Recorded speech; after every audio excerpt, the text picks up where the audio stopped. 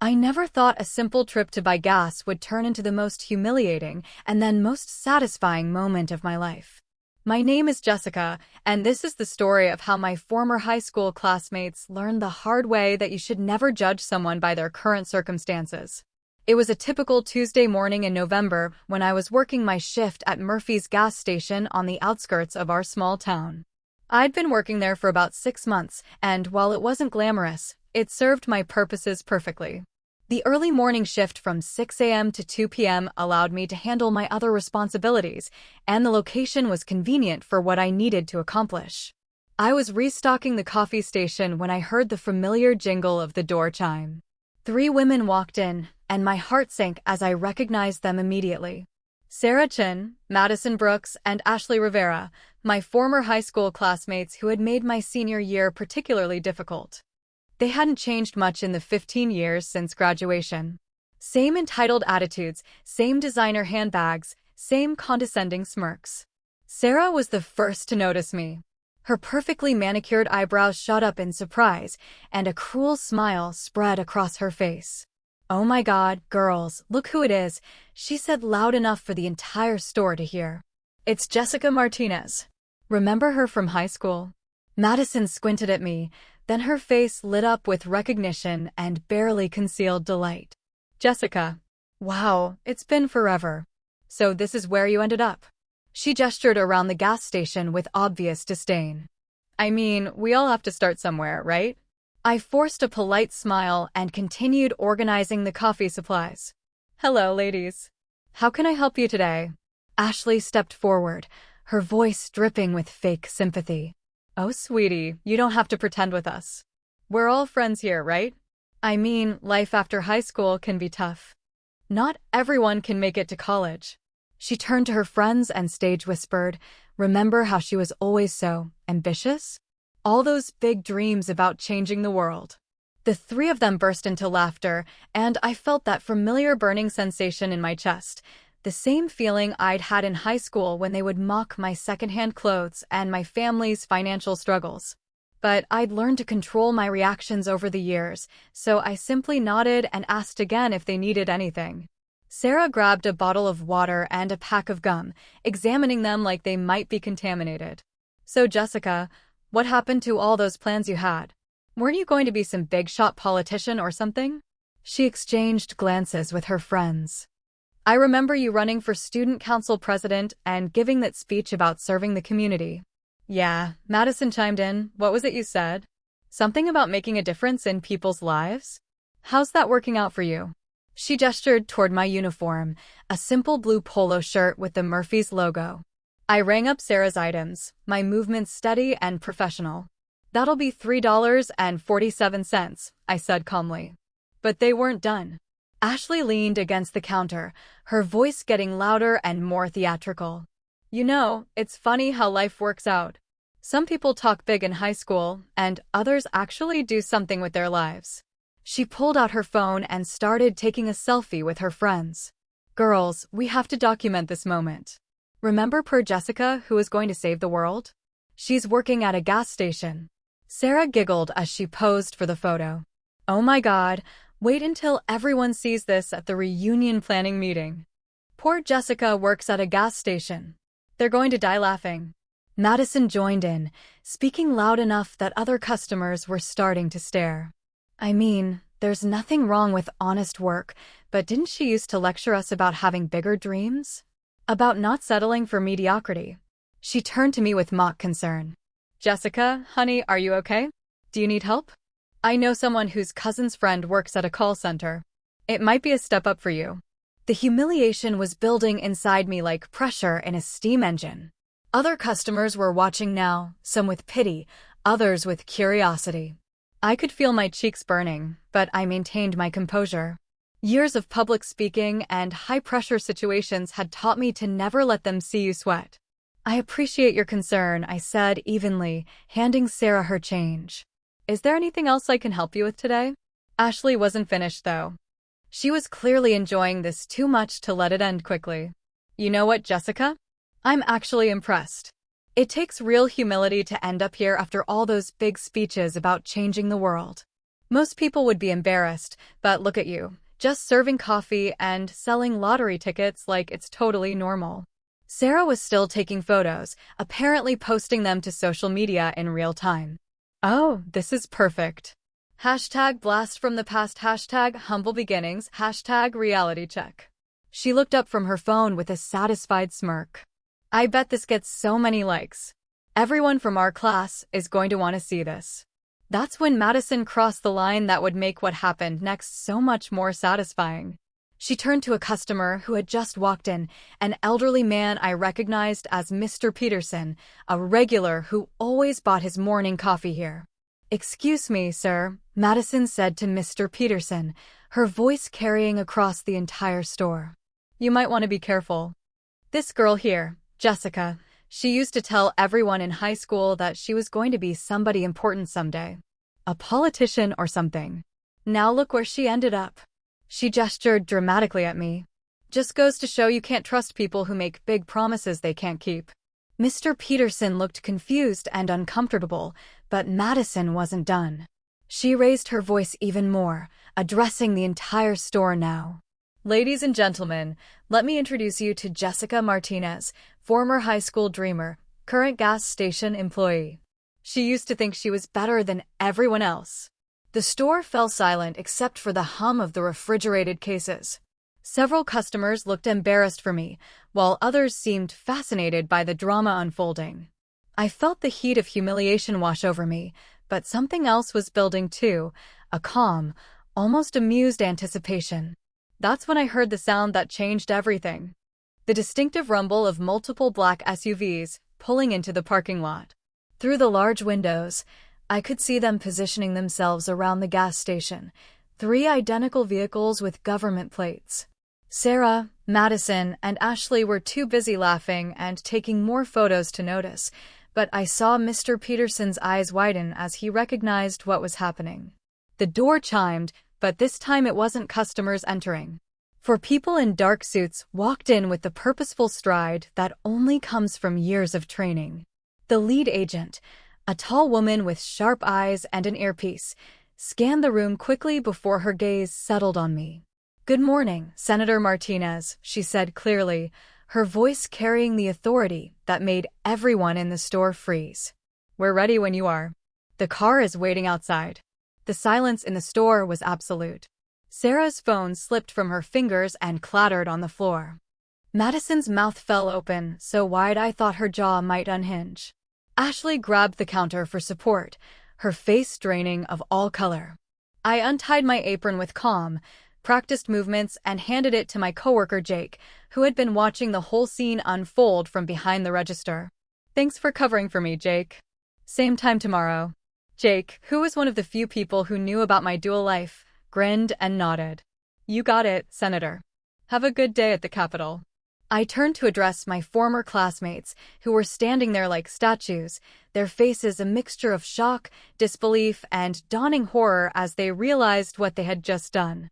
"Ladies," I said with a calm smile, "I want to thank you for that illuminating conversation. You've reminded me why I chose to work these early morning shifts during my Senate recess periods. It keeps me grounded and connected to the real experiences of working people, experiences that inform every vote I cast and every bill I sponsor." Sarah finally found her voice, though it came out as barely a whisper. "Senator? You're actually a senator." "United States Senator Jessica Martinez," I confirmed, straightening my shoulders. "Elected 3 years ago. I represent this district, which includes this gas station, and about 2.3 million other constituents who, like me, believe that honest work has dignity regardless of the uniform you wear." The lead Secret Service agent stepped forward. "Senator, we really do need to move. The Transportation Committee hearing starts in 90 minutes and with traffic." "Of course, Agent Williams." Just one more moment. I looked back at my former classmates, who were still frozen in place. "Madison, you mentioned something about not trusting people who make promises they can't keep. You might be interested to know that in my 3 years in office, I've kept 87% of my campaign promises, including the infrastructure bill that rebuilt the bridge on Miller Road, you know. The one that Madison's family's construction company got the contract for. Madison's face went from white to red to white again. And Ashley, I continued, you asked if I needed help finding a better job. That's thoughtful, but I'm quite content with my current position. Though I should mention that the call center you referenced? That's probably Data Tech Solutions on 5th Street. I helped secure the federal grant that brought those 200 jobs to our town. You're welcome. Ashley looked like she wanted to disappear into the floor. And Sarah, I said, turning to face her directly, I noticed you were taking photos for social media. Please don't let me stop you. In fact, I'd be honored if you shared the story of how you discovered that your senator works part-time at a gas station to stay connected to the community she serves. I think it's exactly the kind of transparency voters appreciate. I reached into my purse and pulled out my business cards, the official Senate ones with the gold seal. I handed one to each of them. If you ever need anything, help with federal agencies, questions about legislation, or just want to continue our conversation about public service, please don't hesitate to call my office. My chief of staff is excellent at scheduling constituents' meetings. The Secret Service agent cleared her throat. Senator Martinez, we really must go. Of course. I turned to address the other customers in the store, who had been watching this exchange with fascination. Ladies and gentlemen, I apologize for any disruption to your morning. Mr. Peterson, your regular coffee is on the house today. Jake will take care of you. As I walked toward the door, flanked by Secret Service agents, I heard Sarah finally speak again, her voice shaky and desperate. Jessica, wait. I mean, Senator Martinez. We didn't know. We were joking around. I paused at the door and turned back one last time. Sarah, you weren't joking. You were being cruel to someone you thought couldn't defend herself. You were trying to humiliate me because you thought I was powerless. The only thing that's changed in the last 5 minutes is that you discovered I'm not who you thought I was. But what if I had been just a gas station clerk? Would that have made your behavior acceptable? The store remained silent as the weight of my words sank in. The truth is, ladies, I've been both. I've been the struggling student working 3 jobs to pay for college. I've been the young lawyer drowning in student debt. I've been the campaign volunteer stuffing envelopes at midnight. And now I'm a United States Senator who still chooses to work at Murphy's gas station during my recess because it reminds me where I came from and who I serve. I looked directly at each of them one more time. You know what the difference is between us? When I saw you walk in this morning, I recognized you immediately, but I chose to treat you with respect despite how you treated me in high school. You saw someone you thought was beneath you, and you chose cruelty. That says everything about character that needs to be said. With that, I walked out of the store and into the waiting SUV. As we pulled away, I could see through the tinted windows that all 3 women were still standing exactly where I'd left them, staring at the door in shock. Agent Williams, who had been working with me for over a year, glanced at me in the rearview mirror with a slight smile. Rough morning at the office, Senator? I laughed, feeling lighter than I had in months. Actually, Agent Williams, I think it was one of the best mornings I've had in a long time. The fallout from that morning was swift and comprehensive. By the time I arrived at the Capitol for the Transportation Committee hearing, my press secretary was fielding calls from local news stations. Someone in the gas station, probably Mr. Peterson, bless him, had called a reporter friend to share the story of the senator who worked the morning shift at Murphy's. But the real consequences came from an unexpected source. It turned out that Sarah had indeed posted her photos and videos to social media, but not in the way she'd intended. In her shock, she had accidentally posted the entire encounter, including the part where the Secret Service arrived and revealed my identity. Her followers watched in real time as she went from mocking a gas station worker to being dressed down by a United States senator. The video went viral within hours. #Senator at the gas station began trending on Twitter, but not in the way Sarah had hoped. Instead of mocking me, people were sharing stories of their own experiences with judgment and praising my decision to work a regular job to stay connected with constituents. Madison's family's construction company faced some awkward questions about their federal contracts after I mentioned their connection on the viral video. While everything was legitimate, the public scrutiny made them extremely uncomfortable, especially since Madison was a part owner of the company. Ashley's employer, a prestigious law firm in the state capital, was less than thrilled to see one of their partners publicly humiliating a sitting senator on social media. The firm prided itself on discretion and political neutrality, and Ashley's behavior reflected poorly on their brand. But perhaps the most satisfying consequence was personal.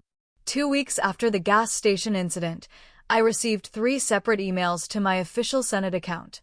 Sarah, Madison, and Ashley had each written to apologize and request meetings to discuss how they might contribute to community service projects in the district. Sarah's email was particularly memorable. Senator Martinez, I want to apologize not just for my behavior that morning, but for how I treated you in high school. Seeing the person you've become and the dignity with which you handled our cruelty has made me examine my own character. I would like to volunteer for your literacy program if you'll have me.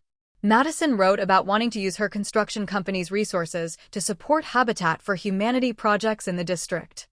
Ashley offered her legal services pro bono for Veterans Affairs and immigration cases. I accepted all 3 offers. Not because I believed their transformations were necessarily permanent, but because the work they were volunteering for would genuinely help people in our community. And perhaps in helping others, they might discover something about themselves they'd lost along the way. 6 months later, I was still working my Tuesday morning shifts at Murphy's.